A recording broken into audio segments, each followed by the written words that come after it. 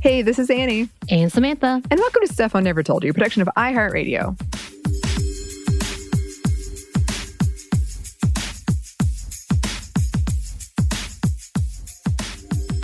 And welcome to a new segment. Ooh. We've been teasing this one for a while. I think we've had this idea for like 2 years. It's true. And we haven't really done it. But welcome to Spoiled Saturdays, which will probably be a once-a-month thing where we just have a conversation about a piece of media, perhaps new and perhaps not, and we're going to totally spoil you on it. And we're just going to have, it's going to be a bit more conversational, but there's still plenty of research to go around.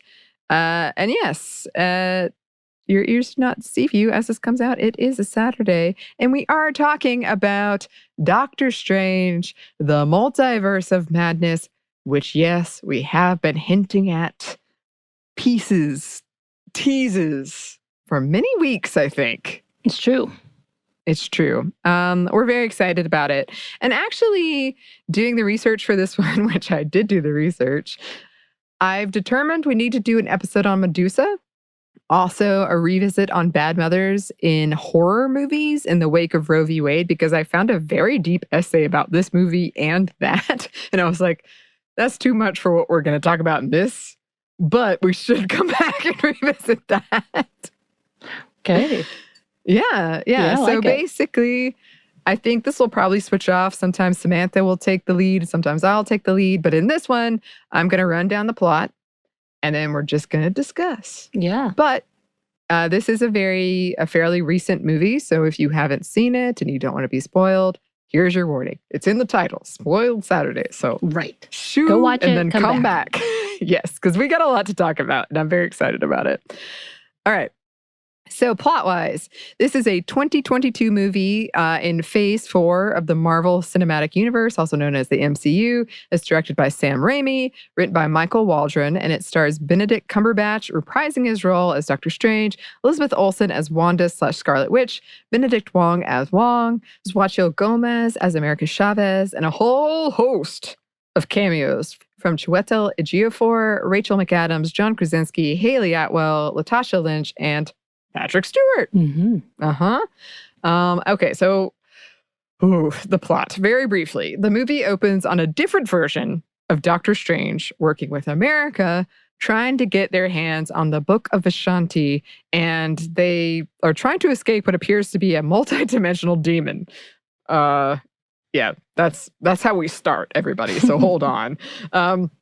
Things go wrong, and Doctor Strange tries to kill America, but is killed himself. America uses her verse-jumping power to get out. She can jump between universes and arrives in our universe, Earth 616. Meanwhile, our Doctor Strange wakes from a nightmare, having witnessed what just happened. He shakes it off and prepares for Christine's, who is his ex, her wedding. The wedding is interrupted by a big demon attacking, and Doctor Strange intervenes, realizing that the creature is after America. America tells Wong and Doctor Strange she is being hunted because of her power to jump through the multiverse, and that the body of the Doctor Strange that died, that we saw at the beginning, is stashed on the roof of the sanctum, and also all dreams are mirrors of other realities? All right, whatever. Anyway, Doctor Strange seeks out the guidance of Wanda Maximoff / the Scarlet Witch, who has sort of become a hermit after the death of her love, Vision, and her children that she created in Westview that they were erased. So if you haven't seen WandaVision, this is very confusing. And this was definitely the first time I thought, wow, if you haven't seen that previous Marvel thing, then I don't know what you're doing right now. Like, you probably are very confused. And yes, I also didn't really care about Vision and Wanda's relationship or the kids. And I blame Marvel because they aren't particularly good with relationships, and especially women in relationships, but I just never bought it. Anyway, turns out Wanda is the one who is hunting America. Surprise! And she wants America's powers in order to be with her kids in another universe. but also the power to jump between universes in case something goes wrong. Like if they get sick, maybe in another universe, they have the cure to whatever is ailing them, which involves Wanda killing America. Okay, so Wanda warns Strange not to stop her, that she will get what she wants no matter the cost because she is a mother. It is very briefly explained that she acquired the Darkhold, which is this kind of evil grimoire book, and it has corrupted her, but they breeze by that point pretty quickly. More on that later. Strange refuses to give up Chavez, and they, along with many other sorcerers, including Sorcerer Supreme Wong, take refuge in Carmartage. Wanda attacks, telling Strange this is her being reasonable. She demolishes Carmartage and kills, violently, I might add, many sorcerers. Terrified, America accidentally sends her and Strange to Earth 838, which, by the way, if it wasn't clear, America doesn't really have control of her powers because they're tied to a lot of trauma for her. In Earth 838, Strange is dead. Their Strange is dead, but lauded as a hero. However, our version of Doctor Strange and Chavez are captured by Christine and Carl Mondo, and Strange is brought before the Illuminati. So that's Carl Mondo, Peggy Carter as Captain Carter, Blackagar Boltagan, Maria Rambeau, Reed Richards, and Professor X, basically an alternate Avengers. And they explained that their version of Doctor Strange triggered a universe-destroying incursion by recklessly using the Darkhold to defeat Thanos. Once Thanos was defeated, the Illuminati killed Doctor Strange and lied to the world about what happened, touting him as a hero to hide the truth. Mordo, in particular, thinks any version of Doctor Strange is too dangerous and should be killed. So while this is happening, Wanda from our world forces Wong to lead her to Mount Wundagore so she can dreamwalk in the version of her living in Earth 838, happily raising her kids, essentially hijacking that Wanda's body. And this was after she killed another sorcerer for destroying the Darkhold. So our Wanda arrives at the Illuminati headquarters before they can pass judgment on Strange and violently kills all of them but Mordo, who was engaged in a fight with Strange. Chavez, Strange, and Christine Palmer from that world are able to escape Wanda, and they enter the space between universes to find the mythical Book of Ashanti, believed to be the opposite of the Darkhold. However, Wanda destroys it, captures America, and uses her power to send Strange and Christine to a universe in the midst of an incursion. In this universe, their version of Doctor Strange allowed things to, quote, get a little out of hand. The two fight after our version of Doctor Strange refuses to give him Christine, and our Strange is eventually victorious. He dreamwalks into the corpse of the other version of himself left on our Earth, and with the help of Wong, he frees Chavez and convinces her that she can control her power and defeat Scarlet Witch. Chavez does so by jumping them both back to Earth 838 and showing that Wanda's children basically, look at this Wanda monster. She's terrifying. Your children are so scared of you, right? And our Wanda experiences a change of heart after the 838 Wanda promises her the children will be loved. Our Wanda destroys all versions of the Darkhold across the multiverse, seemingly dying in the process. Everyone goes back to their correct universe, apart from Chavez, who accidentally sent her parents to a different universe as a child and has been traumatized, around her power ever since. Chavez begins training with other sorcerers at Carmartage. Doctor Strange grows a third eye due to his interaction with the Darkhold. He is approached by a sorceress who tells him he triggered an incursion, and he follows her into the dark dimension. The end? Probably not.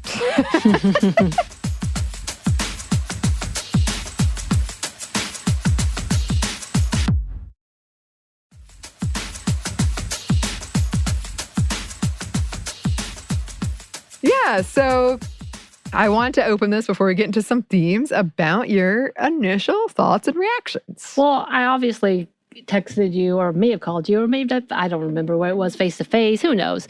Because I was like, why did they do this to Wanda. This seems so unnecessary. I have a lot of questions. Of course, I know there's a lot to do with canon, and that it did exist and it happened this way to a certain extent. Of course, Sam Raimi, who is of Drag Me to Hell and the other Spider-Man fame, has a lot of like on his shoulders. And Drag Me to Hell was very present in this entire movie. So I know this was supposed to be their first foray into horror. Maybe second, because I guess Moon Knight was supposed to be kind of that jump in the horror world as well.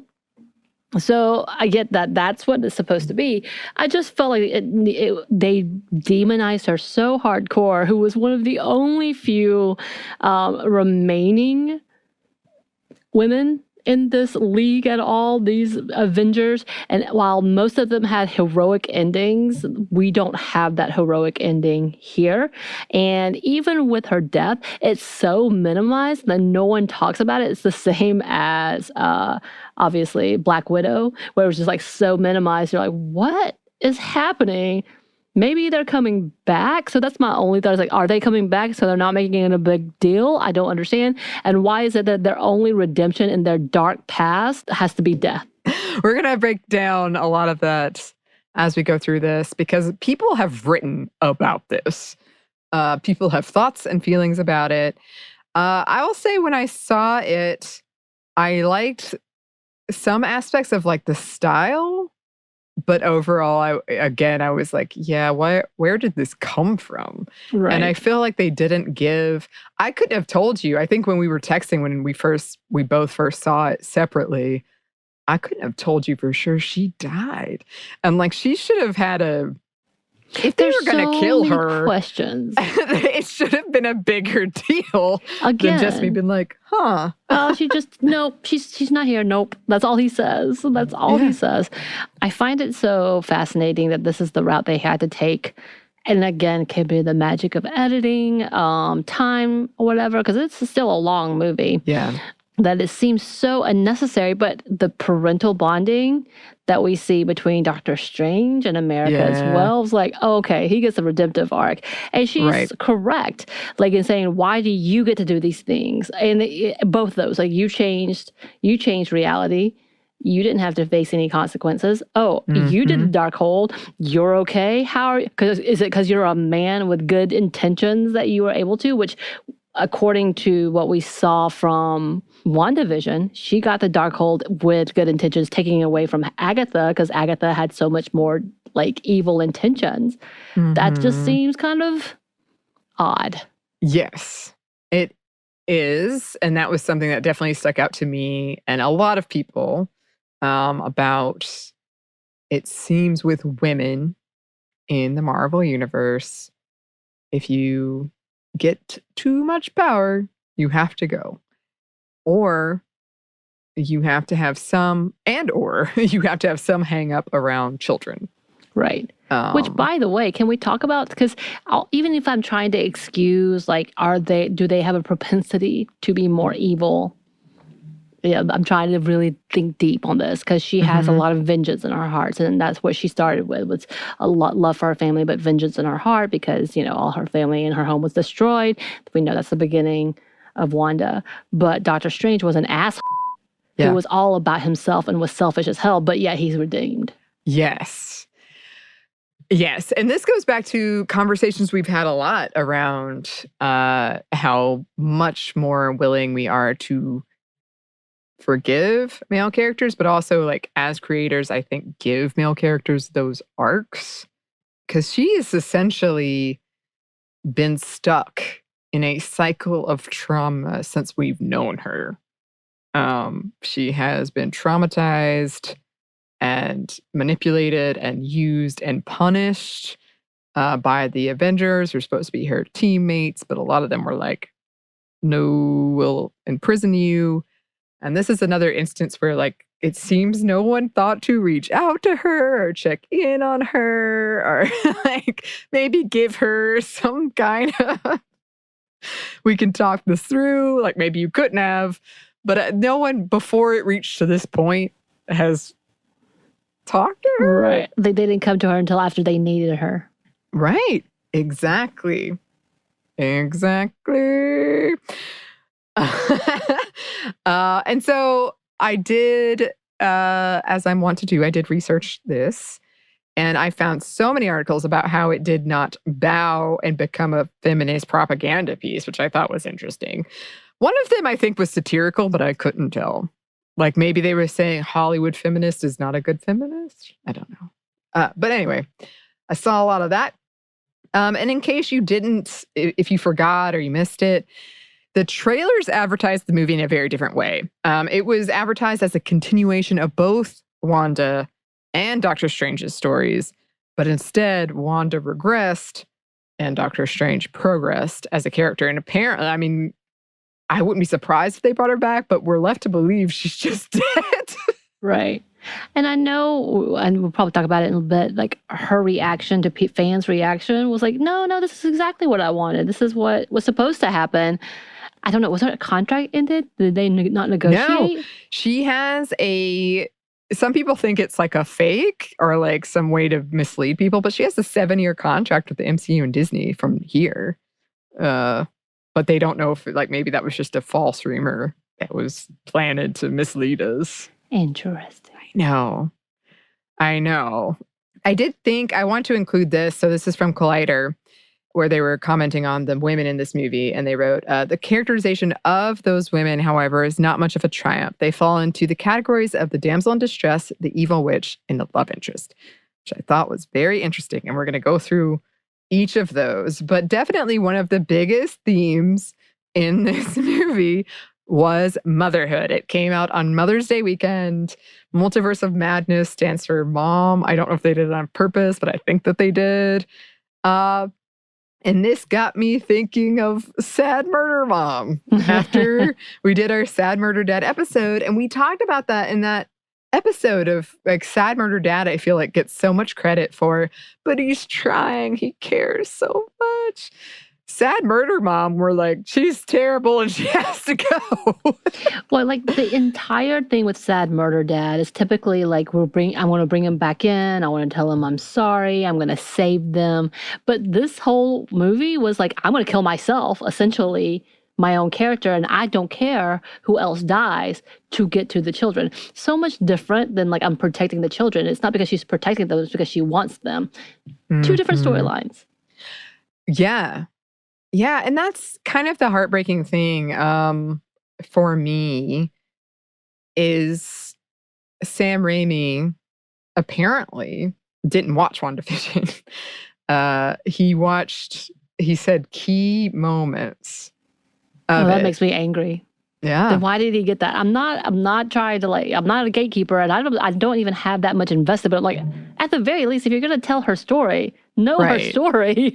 Right. Because WandaVision, that whole thing was her dealing with trauma.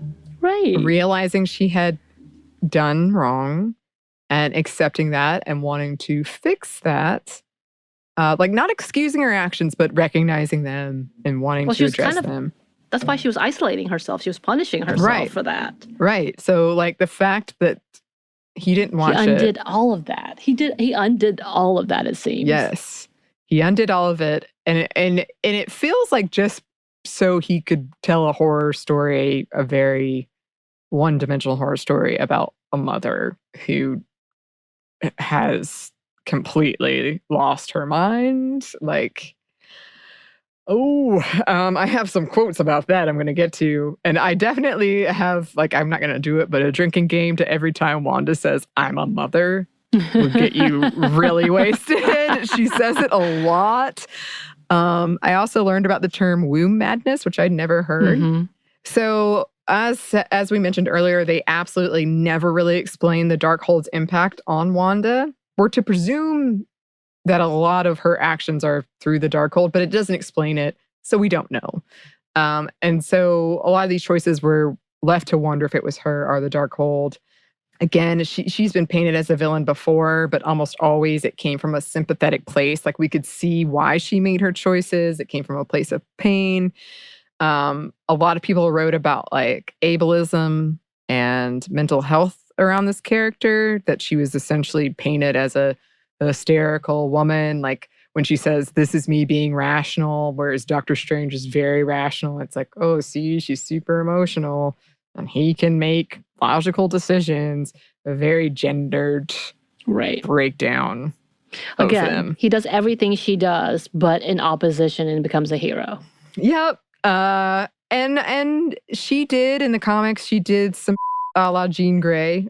She is the most powerful Avenger, but it's widely agreed that her storyline, which I think is called House of M, that this one's based on, was pretty problematic. Like most people think that, and they went for it anyway. Right. So that's, again, anyway. I knew this was canon, like according to what was happening in the comics. But again, it's the same level of like, yeah, but doesn't mean it's not bad.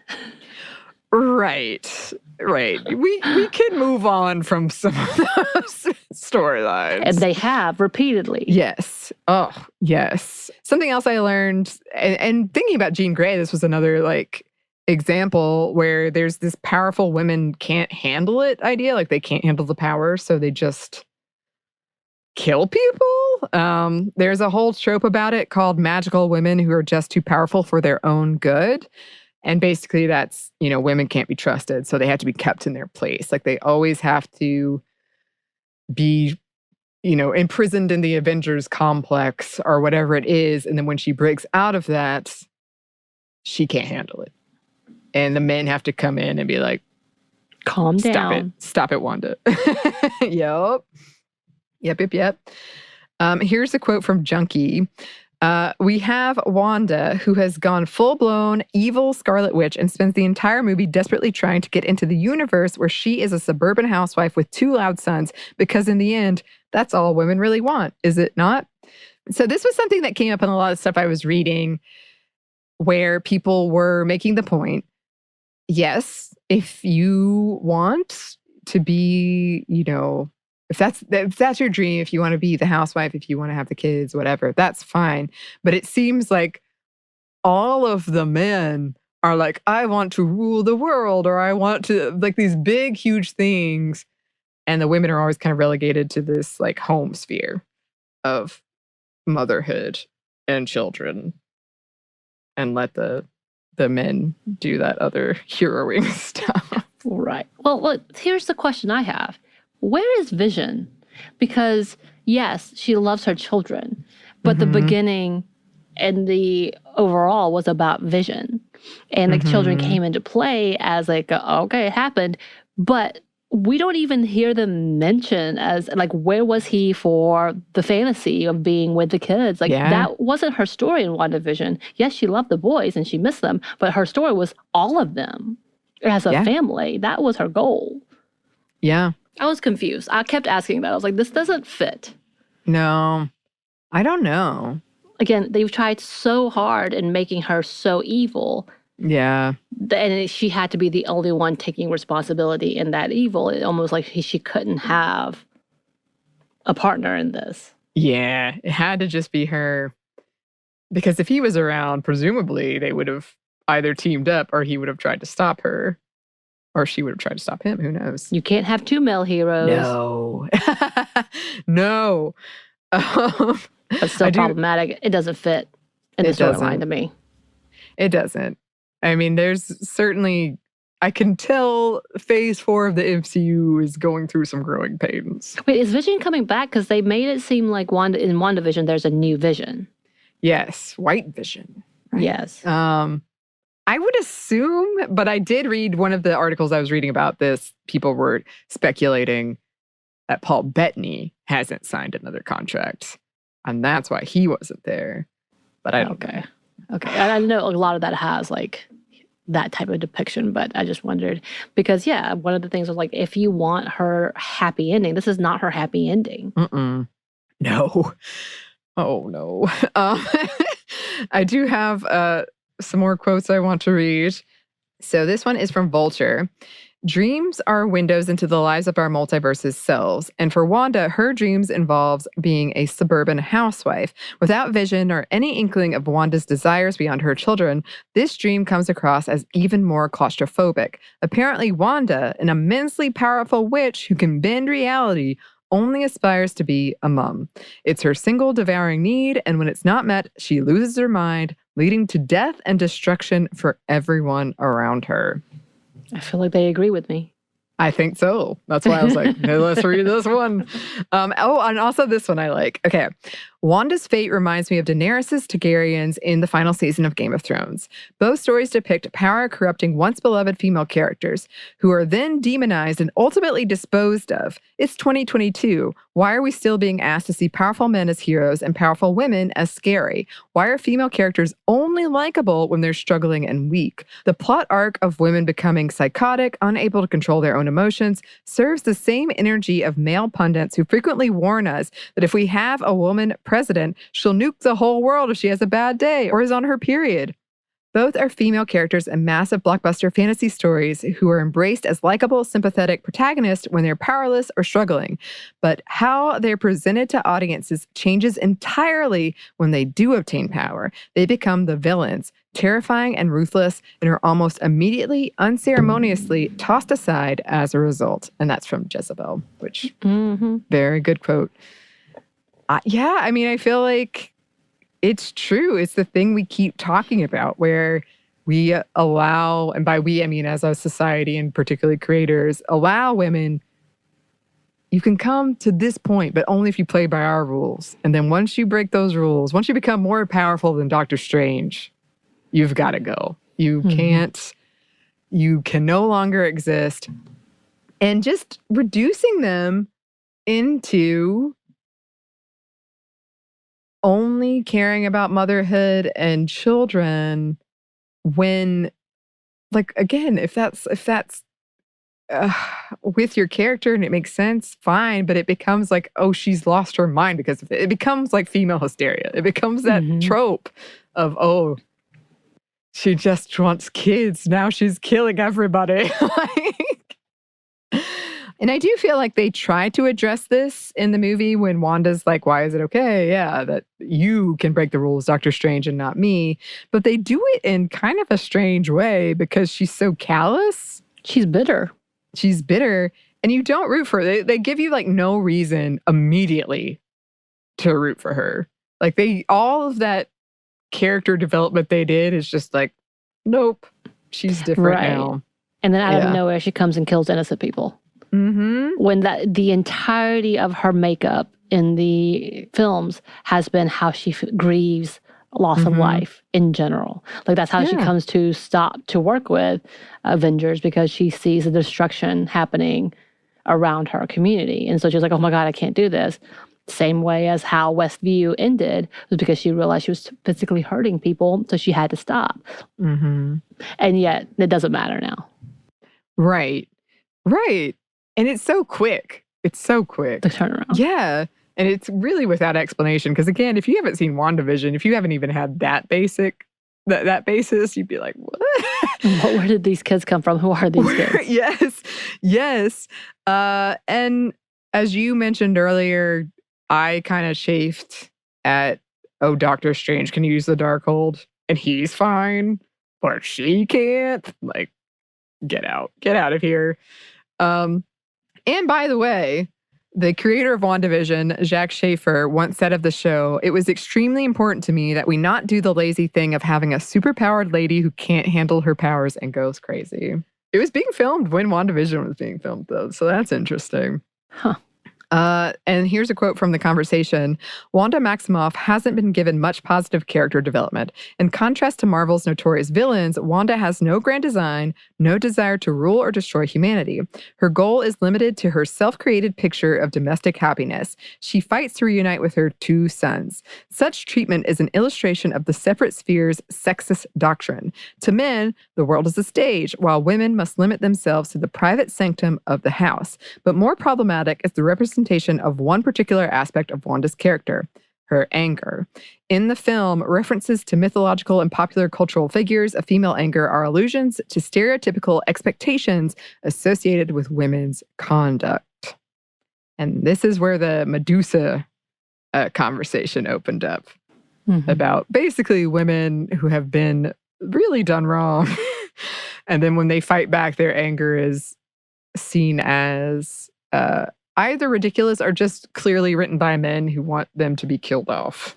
Right. Like, see, she's hysterical. Like, maybe she was done wrong, but she is also bad. Wanda in this movie was willing to kill other versions of herself, other children, anyone who'd got in her way very violently, which is not a good trait for someone you want to root for. Also, people wrote about America who I want to do, I'm planning a feminist Women Around the World on. She's frequently displayed as the damsel of distress. Here's a quote from the Daily Dot. She's wide-eyed and vulnerable, a Disney-fied characterization choice that also desexualizes her comic book role. The MCU took a cool, independent, queer Latina superhero and sanded down all the hard edges that made her interesting. So yeah, in the comic book, she's one of the first young Avengers, which I think they're setting up because we've already talked about a bunch of them in these. And the actor, like everybody praised the actor. She did great, but doesn't connect with what she is in the comics. Right. Okay.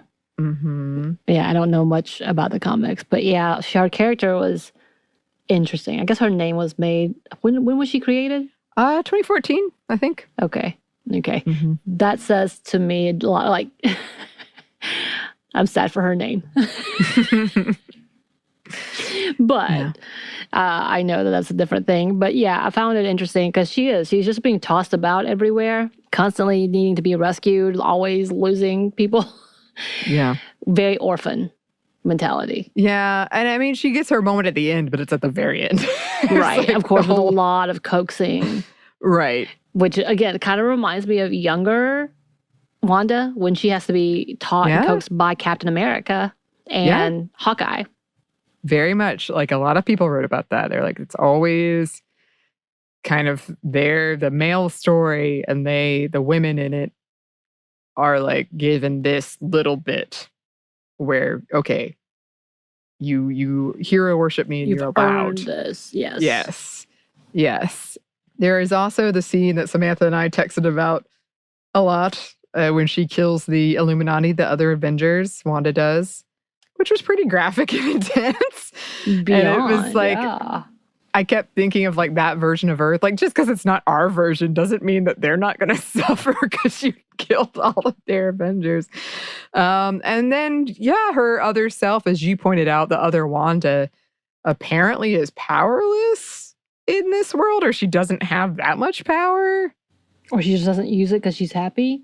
And so therefore she has to give up her power. It's kind of odd. Yeah. And she doesn't even try to fight. That's the thing, is like, she doesn't even care that she killed people. She's like, my boys, and runs away. Kind of an odd moment of like, I get it. You wanted to protect your boys, but you also just are covered in blood. And no? Okay.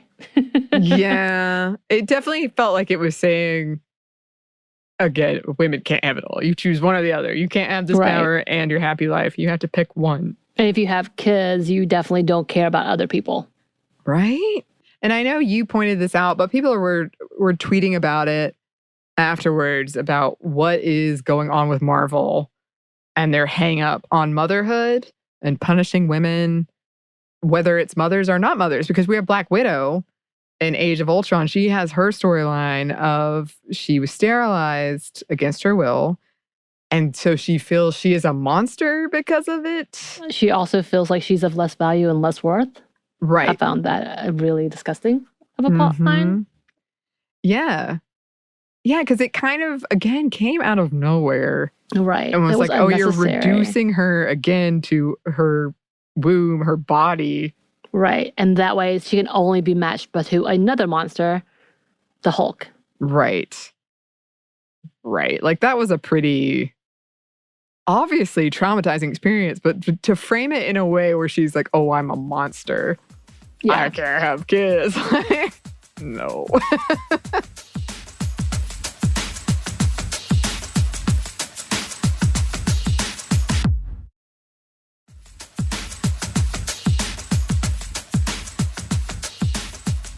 I'm very eager to come back and talk about Jane Foster, but you haven't seen the new I don't know what you're talking about. Yeah. I can't tell you, but I think we should come back and talk about it because that's in play in this conversation as well.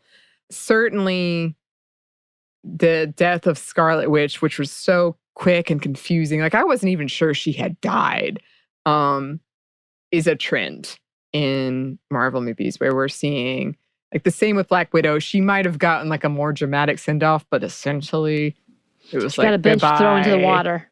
Yeah, exactly. That was it. And Iron Man, meanwhile, gets the whole like final thing, Right. final funeral of these 21 movies. Okay. Cool. Great. Here's a quote from Paste magazine. It's kind of a long one, but stick with me because I think it's good. Because while Marvel Studios is certainly eager enough to tout its feminist bona fides by pointing to Captain Marvel or Black Widow, the franchise still waited for 20 films to feature a female lead in Carol Danvers, Brie Larson, and sat on a Natasha Romanoff, Scarlett Johansson solo outing for so long the character died first, essentially rendering the project useless for any larger storytelling purpose. To be fair, Wanda Maximoff certainly isn't the only woman the MCU has done dirty in recent years. The Falcon and the Winter Soldier turned All-American Good Girl and Peggy Carter's niece, Sharon Carter, into the leader of an international criminal syndicate. Loki judged Sylvie, a female variant of the God of Mischief, much more harshly than any of the male versions of the character, and they're all literally the same person. Laura Barton was apparently once a kick-ass S.H.I.E.L.D. agent, but her primary role in Hawkeye is to serve as little more than Clint's emotional sounding board. After all, Wanda did the impossible thing that was asked of her by killing Vision. She undid Westview, by her own choice, I might add, and said goodbye to him all over again. She's still suffering for all those things. But Strange gave Thanos the Time Stone and stole 5 years from half of humanity in the process, all before literally ripping reality apart a second time as a favor to a teenager he doesn't even like that much. The only consequence he's had to face is that one man was rude to him at a public event one time. Clint Barton spent 5 years of the blip straight up murdering people in the name of some nebulous vengeance, and not only gets immediately welcomed back into the Avengers fold, but rewarded with his own series that can hardly even be bothered to say that what he did as Ronin was even bad. These things are not the same. Agreed. Yes. Agreed. Again, a lot of this doesn't make sense. Once again, talking about Bucky goes into his like solace and kind of torments himself, but everybody forgives him. He killed Tony's parents. Mm-hmm. They had one half a series about that and everything was fine. One half of a movie about that, and then everything was fine. Yep. They're very much, again, willing to give these male characters a lot more room for growth, for forgiveness, than we are for women, where apparently it's just, you get too powerful and you die, and that's it. Every time. We don't even know. Maybe there'll be some hope in the new Black Panther. Maybe.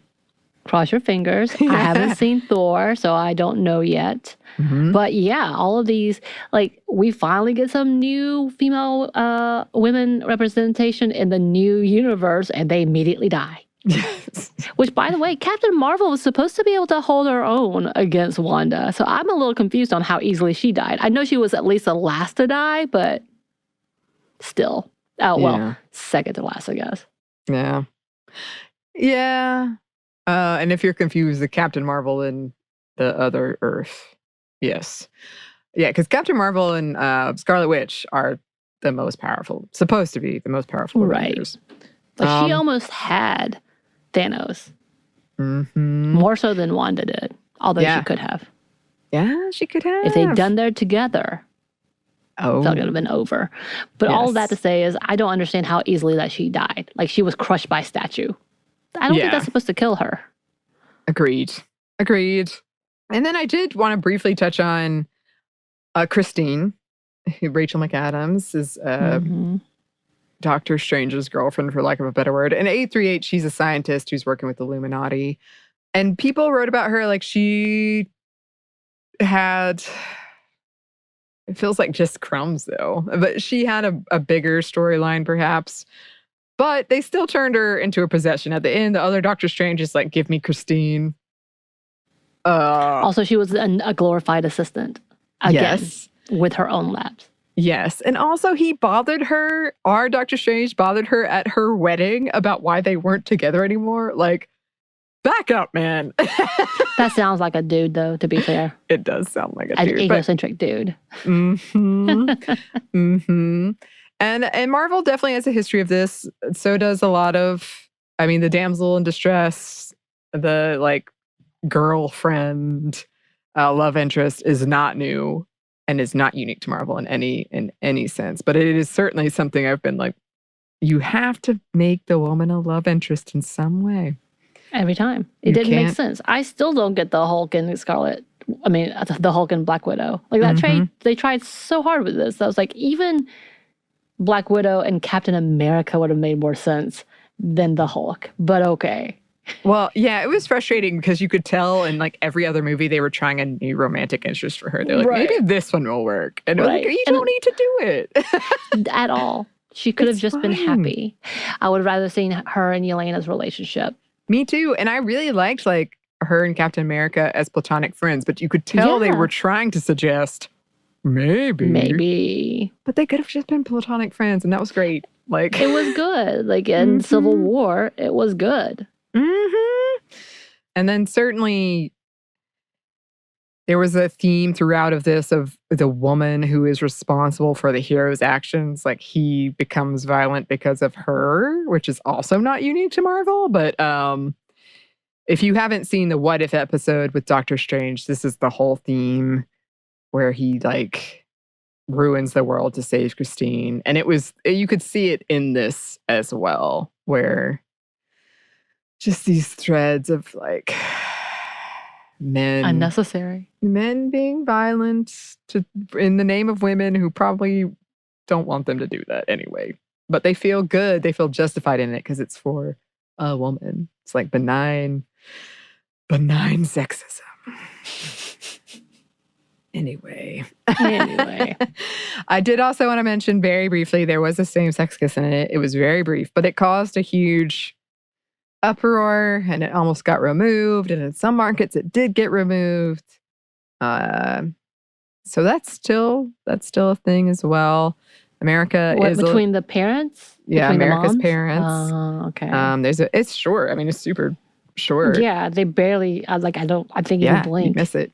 But it caused a huge uproar.